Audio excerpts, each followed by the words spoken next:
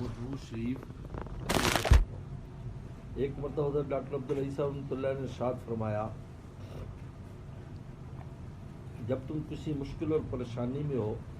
اس وقت درود شریف کثرت سے پڑھا کرو۔ اس کی وجہ بیان کرتے فرمایا کہ میرے ذوق میں ایک بات آتی ہے،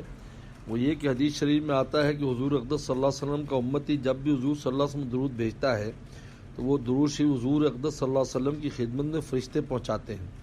اور جا کر عرض کرتے ہیں کہ آپ کے فلاں امتی نے آپ کی خدمت میں درود شریف کا ہدیہ بھیجا ہے۔ اور دوسری طرف زندگی میں حضور اقدس صلی اللہ علیہ وسلم کی سنت تھی کہ جب بھی کوئی شخص آپ کی خدمت میں کوئی ہدیہ پیش کرتا تو آپ اس کی مکافات ضرور فرماتے تھے، یعنی اس کے بدلے میں اس کے ساتھ کوئی نیکی ضرور فرماتے تھے۔ ان دونوں باتوں کے ملانے سے یہ سمجھ میں آتا ہے